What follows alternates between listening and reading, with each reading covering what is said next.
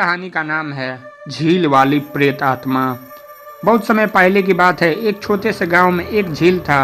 यह झील गांव की जनता के लिए न केवल पानी का महत्वपूर्ण स्रोत थी, बल्कि वहां की प्राकृतिक सुंदरता का प्रतीक भी मानी जाती थी। लोग इस झील के तट पर घूमने, पिकनिक करने और आनंद लेने आते थे।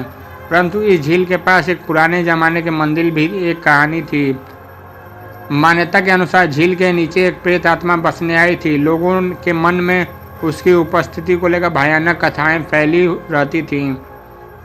एक दिन गांव के एक बच्चे ने उस मंदिर के पुजारी से पूछा, क्या सचमुच झील में प्रेत आत्मा बसती है? पुजारी ने मुस्कुराते हुए कहा, बेटा, यह सिर्फ एक कहानी है। लोग इसे डरावनी कहानियों में बदल देते हैं। बच्चा ने सोचा, क्या सचमुच इसका सच्चाई का पता लगा सकते हैं? उसने अपने दोस्तों को इस विचार के बारे में बताया और सभी मिलकर एक नया योजना बनाया कि इस बात को पता लगाया जाए कि क्या वास्तव में यह सही बात है। एक सुबह बच्चे और उनके दोस्त झील के पास गए।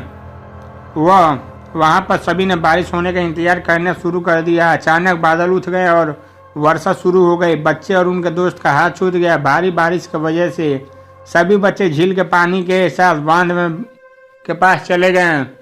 जब उन्होंने झील के नीचे की ओर देखा तो वे हैरान रह गए। झील के नीचे पानी का स्तर बहुत नीचे गया था और झील के तट पर कुछ विचित्र चीजें दिख रही थीं। उन्होंने देखा कि झील के नीचे एक पुरानी मंदिर, ढलानों से एक पुरानी द्वार दिखाई दे रही थी। उन्होंने देखा कि उस द्वार के पास एक वृक्ष था और वृक्ष पर एक पुरानी पुस्तक थी। उन्होंने पुस्तक खोली और देखा कि इस झील के बारे में एक पुरानी कहानी लिखी गई थी। इस कहानी में लिखा था कि कई साल पहले इस झील में एक शानदार महल था जिसे एक राजकुमार ने बनवाया था। लोग उसे बहुत प्यार करते थे और उसे अपना घर मानते थे। एक दिन झील में हुई भयंकर बाढ़ ने महल को नष्ट कर दिया और राजकुमार को भी ले गई। राजकुमार की मौत के बाद उसकी आत्मा इस झील में बसने आ गई थी। बच्चे और उनके दोस्तों की यह कहानी बहुत प्रभावित करी।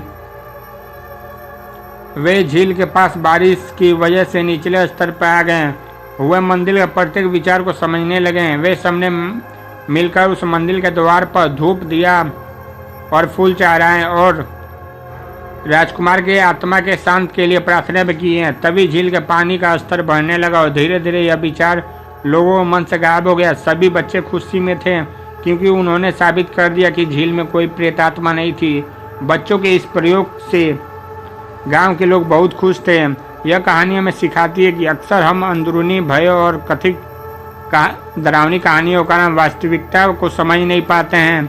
हमें धैर्य से अपने संदेहों का सामना करना चाहिए और सत्य की खोज में निरंतर बने रहना चाहिए। ज्ञान और जागरूकता के माध्यम से हमें भ्रमों से मुक्त हो सकते हैं और सत्य के प्रकाश को प्राप्त कर सकते हैं। यह कहानी आपको कैसी लगी कमेंट करके ज़रूर बताएं। लाइक सब्सक्राइब करें। धन्यवाद।